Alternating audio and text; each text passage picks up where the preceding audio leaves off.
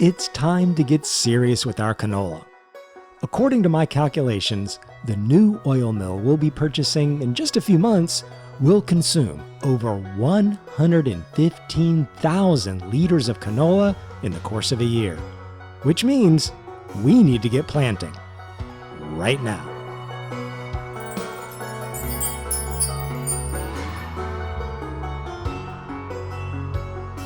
We bought it in the last episode and haven't even had a chance to use it, so this will be the maiden voyage of the big Farm Tech flatbed. We'll buy 4 bags of fertilizer, though we probably should buy twice as much while we're here. I just don't want to keep draining the account. We'll also buy the bags because it'll allow me to show you a fancy thing I just figured out how to do. This is all related to something a viewer showed me about our log trailer, but I'll go over that later, probably in the next episode. But what it led me to right here is the ability to widen and shrink the tines of the pallet fork for it to fit a variety of jobs. Look at that. The tines can go in and go out. I've seen other people do it, but it's not on the menu of options, and I had no idea how. I figured it must be a mod, but it's not.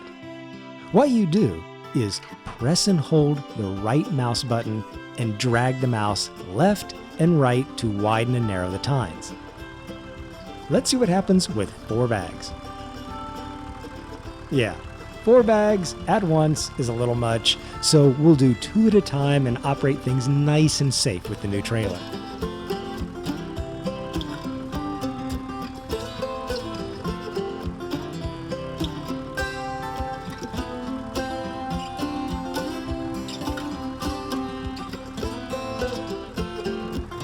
There. Now before we go, let's take in the Farm Tech a little bit. It's a simple but shiny thing, and I do think it'll come in very handy on the farm. It'll probably wind up being a necessity. This is what ours looks like, and you can put end rails on it like you can see in the picture, which would make it great for bales, if we needed that. Let's get this thing hooked up and back to the farm, because we've got quite a bit more fertilizing to finish up.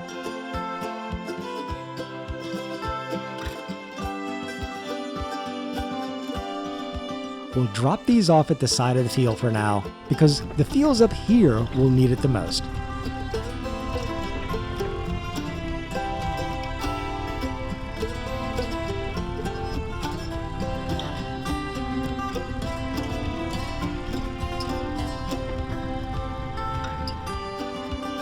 Okay, let's pick up where we left off getting this fertilizer spread in the last episode.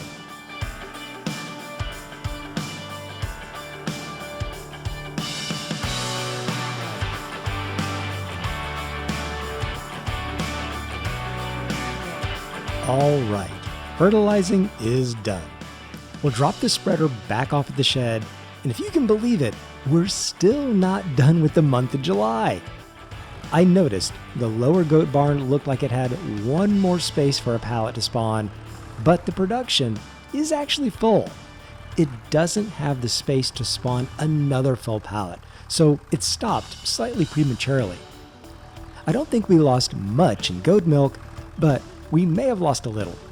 We can fix it though by just moving the pallets off to the side to make room for more. We'll be selling it in 2 months in September, and I'm expecting a very nice return. About half the goats in all our pens have not reached full maturity. The youngest half just turned 1 year old, 12 months, and they need to reach at least 16 months to get that high production. So even though the upcoming sale will be great, it's only going to get a little better.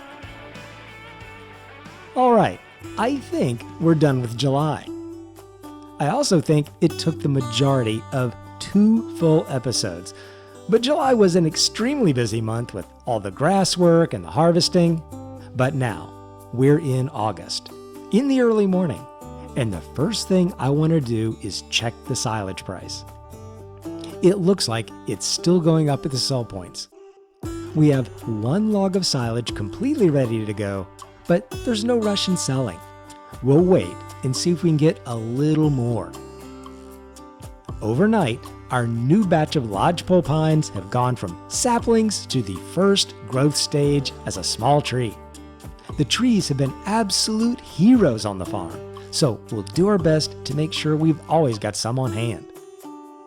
The other trees we planted were the oaks, and they're also coming along at 8.3 meters, and I think they'll be getting into their next growth stage very soon. Now, about this cover crop of grass we planted after the barley. It's ready to harvest, which is good, because it's being converted into a canola field for the next planting, and that's right now. August is canola planting month, so the former barley field, as well as our other two big fields at the higher part of the property, will all be getting planted with canola. First though, we need to get the grass cover crop harvested and wrapped for silage.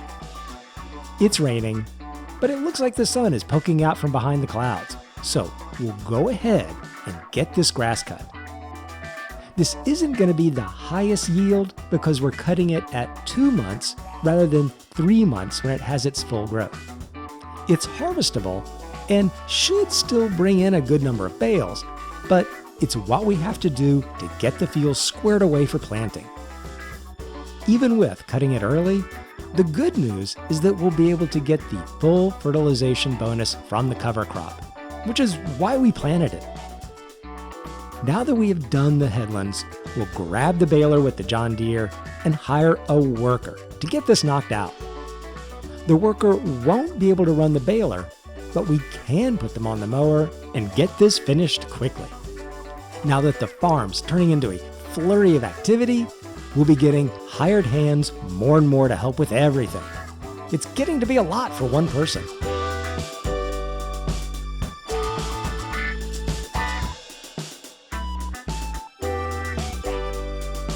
All right, the worker finished way before we did. The mowing is a pretty quick job, so we'll get a couple touches the worker left behind and this last row that I'm sure they got confused on from me going around the straw bales.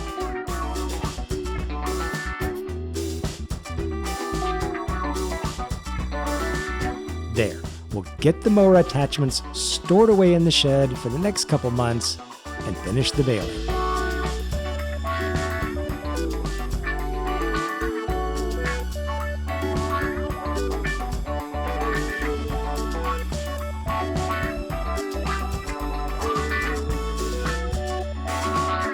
Very good.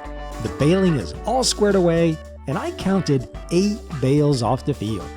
That'll be about $7,000 when they go to market, and that's a very nice addition just from a cover crop.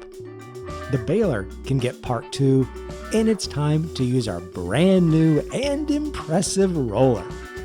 We'll get it down to the field and put it to work. Though I am getting ahead of myself. We've got to clear the field of bales first. Guess I was a little excited to use the roller again.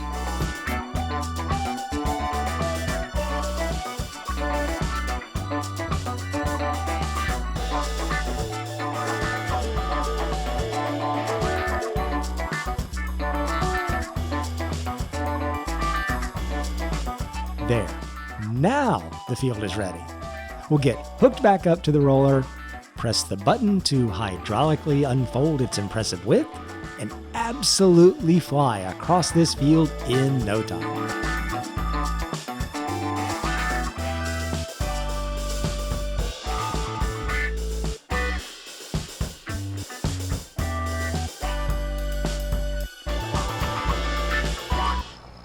Six passes and we're done. I really couldn't have asked for a more perfect roller for the fields. What I'd like in the base game is to have a roller where you could buy an alternate configuration to use it as a seed roller. That would be great. There's a couple modded ones, and we can't go that far in this challenge, but it would be a nice thing to see in the base game. All right, that's all done. Let's look at the honey. Right on track with 228 liters, pretty much what I estimated.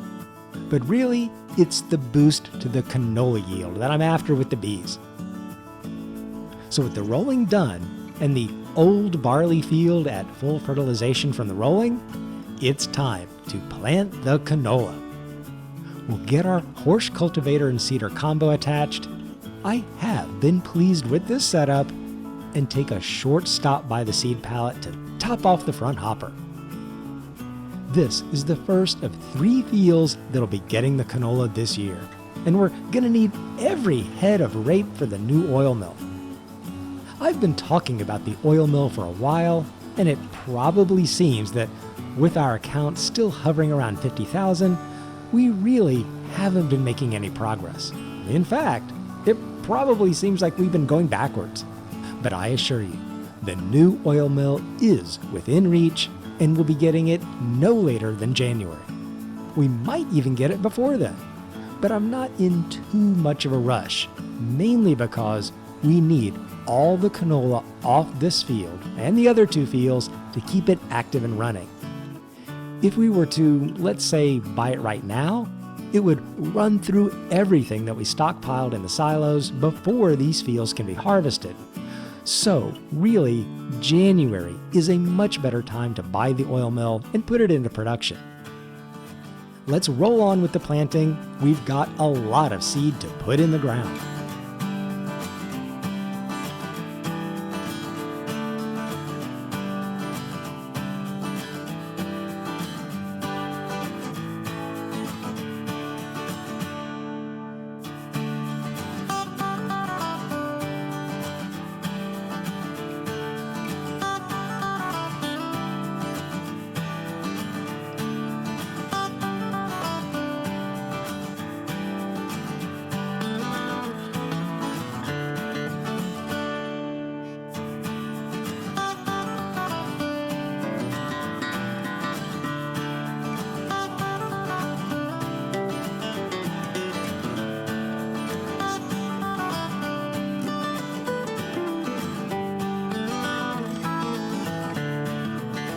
Okay, we're coming down the final stretch of field number 3, and that is, without a doubt, the most seed we've planted in a single go. The working width of the cultivator seeder is not huge at 6 meters, but it does go pretty briskly at 9 miles per hour, so it's one of those jobs that feels very smooth. I like it almost as much as I like plowing. With that finished, we'll get the equipment put away in our tiny little yard, which is actually working surprisingly well, and pick up with the same job we started this episode with, the fertilizing. We've rolled over into the next month here of August so that we can apply the second application of fertilizer and get that completely squared away on both these fields. And even though these are 2 separate fields, I think I'll just run on across the dividing track and treat them as one big field. I mean, it's our land. We can do what we want to with it.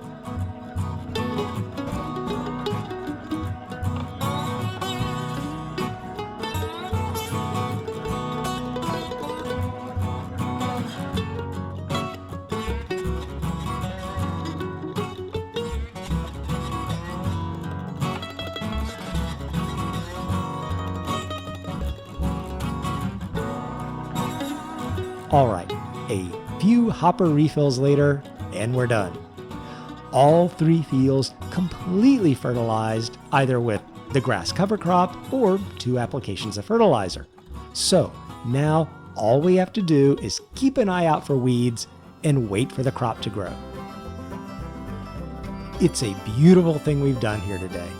And we've got a lot more work to do, like wrapping the grass cover crop for silage we just baled, cashing in on a boatload of goat milk, selling the silage that's already fermented, and probably some overdue tree work.